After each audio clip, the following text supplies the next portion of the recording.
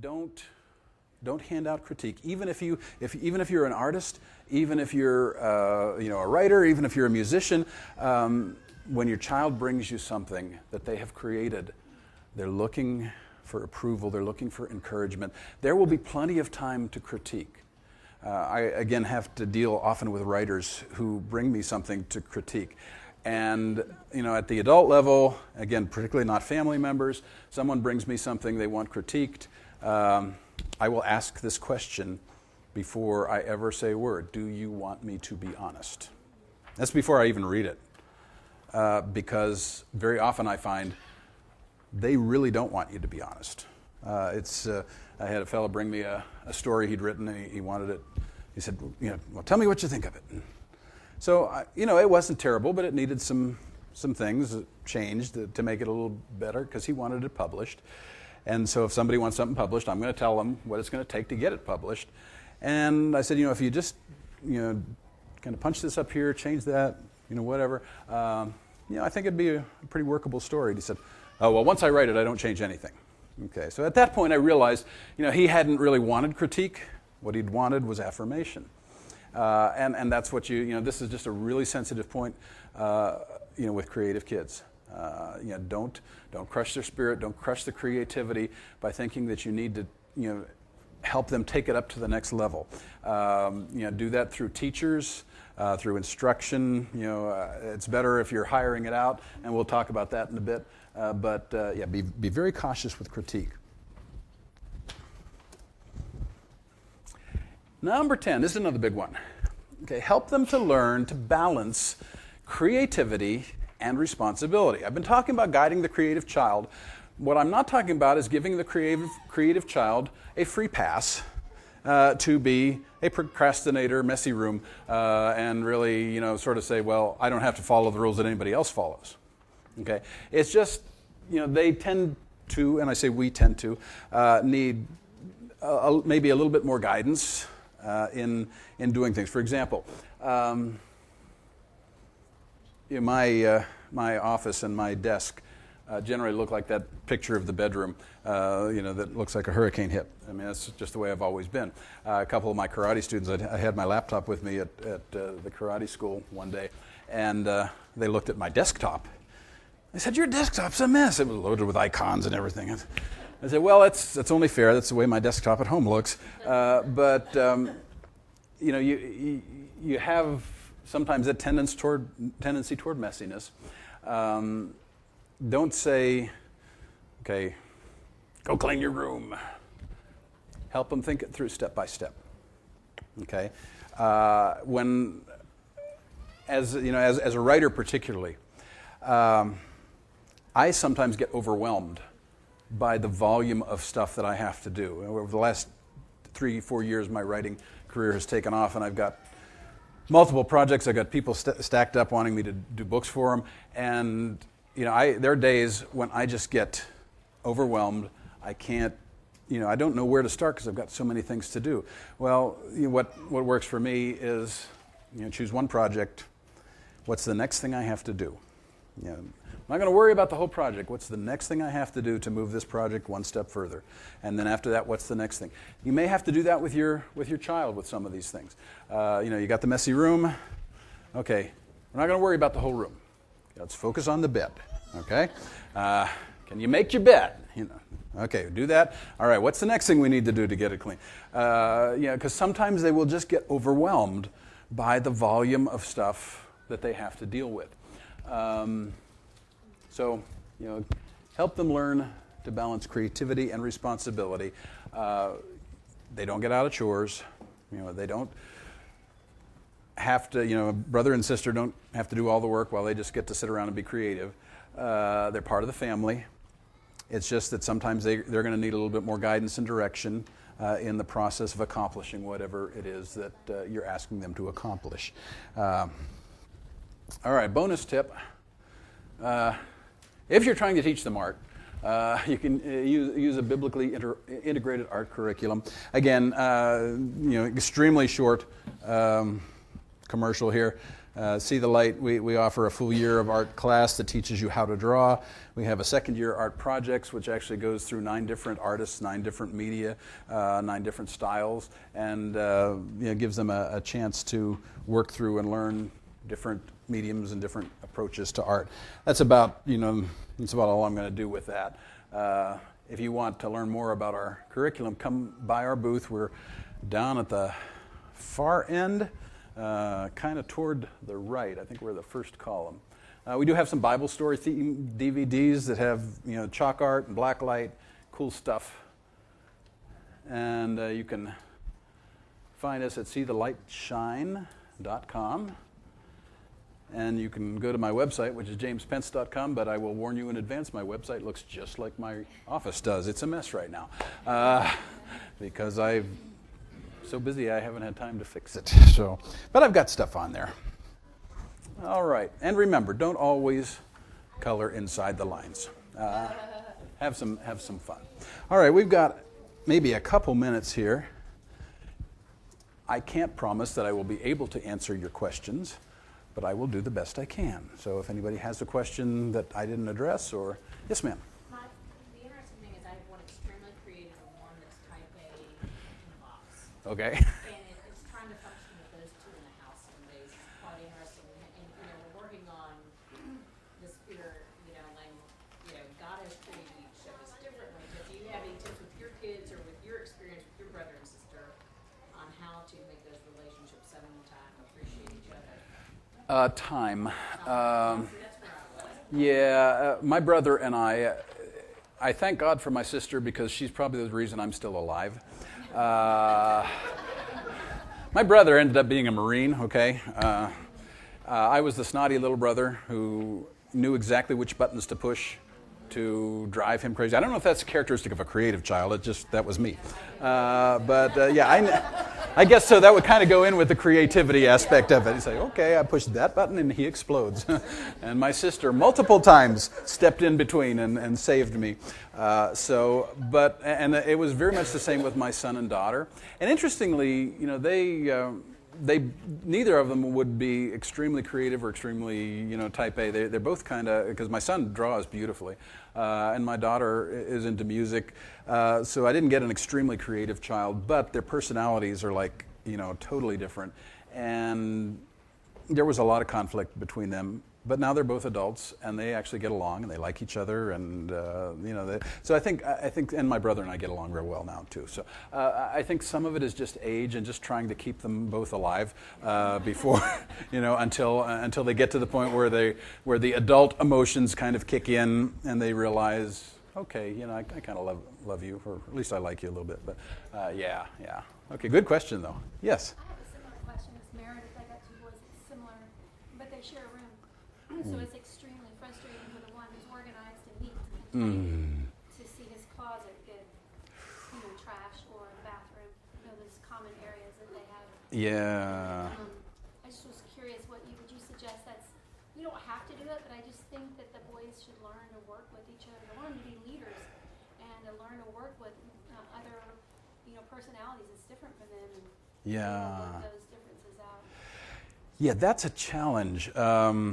Of course, our son and daughter had different rooms, so at least they had that space. But like I was showing with the painting, even now it still goes back and forth. And it's, I think, you probably obviously are going to have more struggles with the Type A child than in terms of just accepting. I mean, the Type B child is probably going to just kind of roll with the punches, or does he?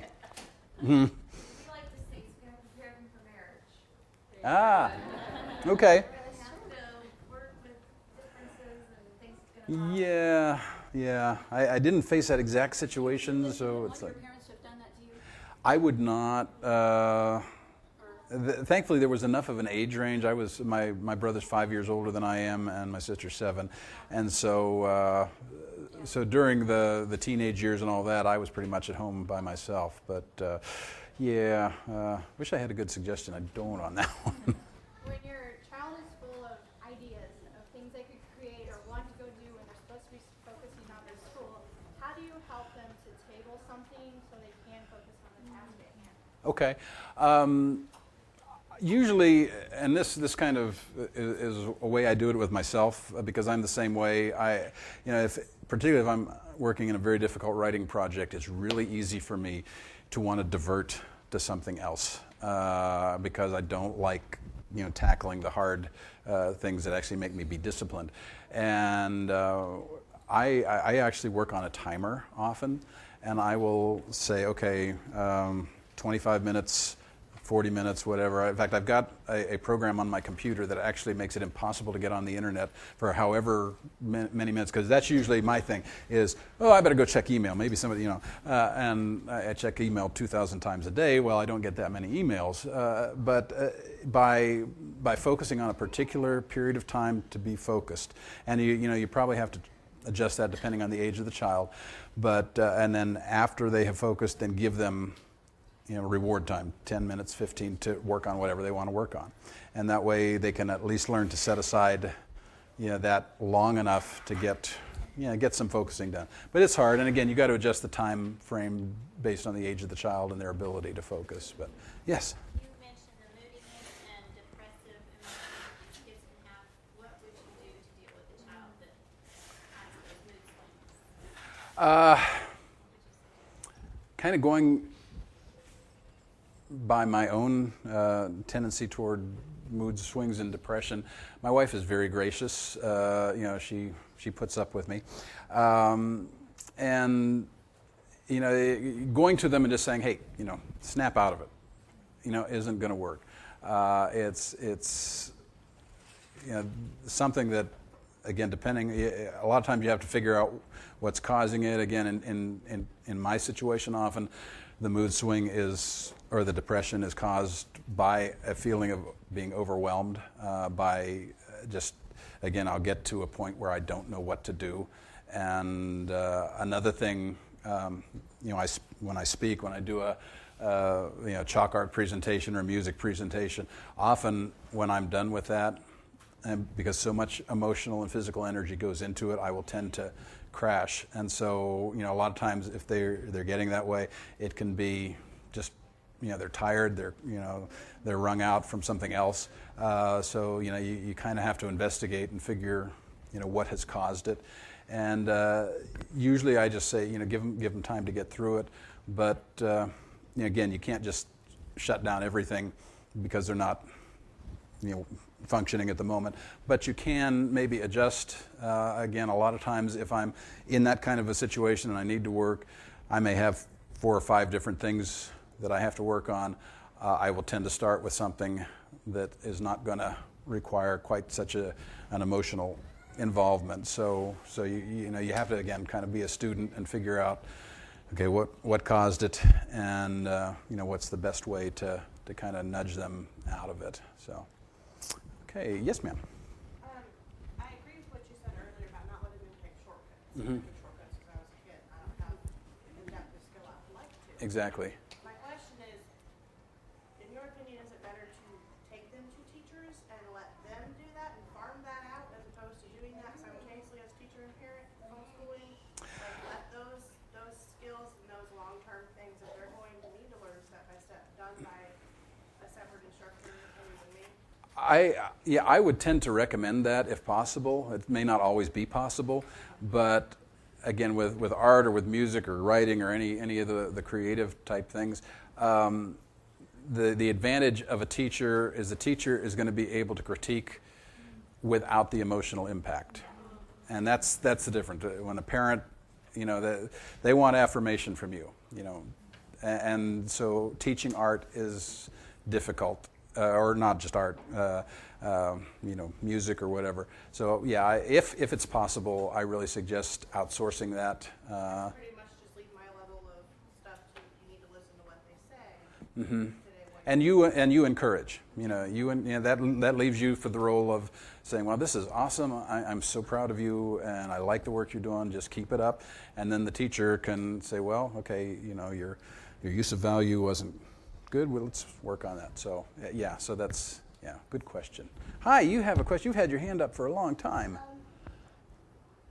You know that Lego thing you were talking about? Yeah, I have Legos at home. you do. Awesome. All right. Any other questions? Yes, ma'am. At what age, roundabout, or what stage, or whatever, would you start to let the kids in the lines without Oh. crushing the creativity?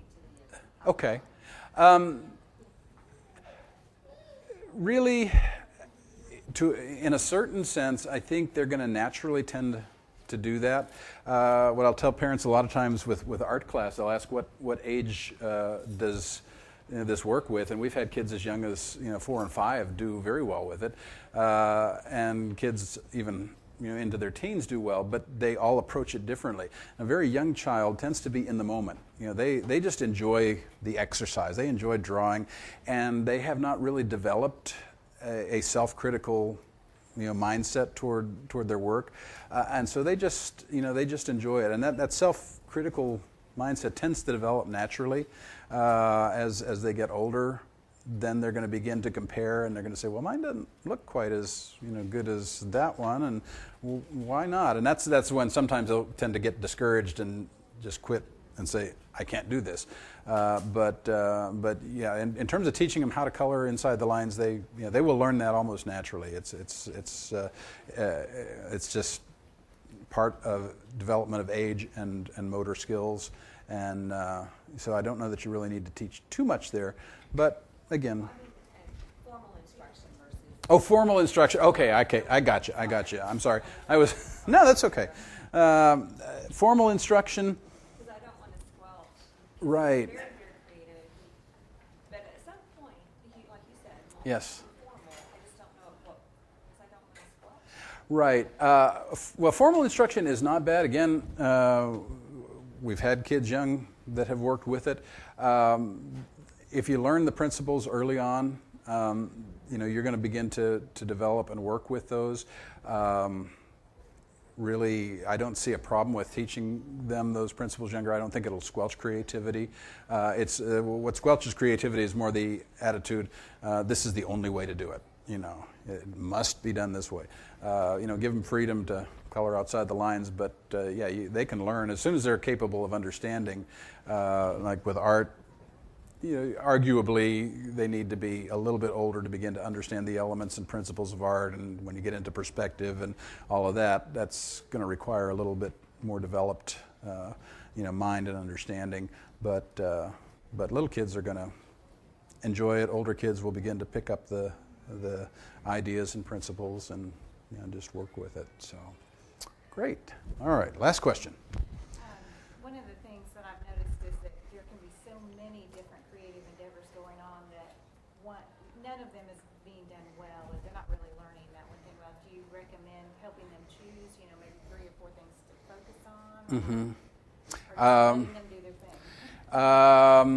Okay, are you talking like art, different types of things or different? Horseback riding and art and music and guitar, all the Yeah. off the board, but they're not able. Well, it's just not possible to focus. Yeah. Yeah, I would tend to at least have them focus on the thing that they're most interested in at a particular time. Each child is going to be different as to their capability, but you're going to recognize when he or she is spread too thin and isn't really learning anything. So yeah, I would kind of adjust based on what you think that child can handle. So thank you very much. Come by and see us at the See the Light booth. I appreciate you being here today.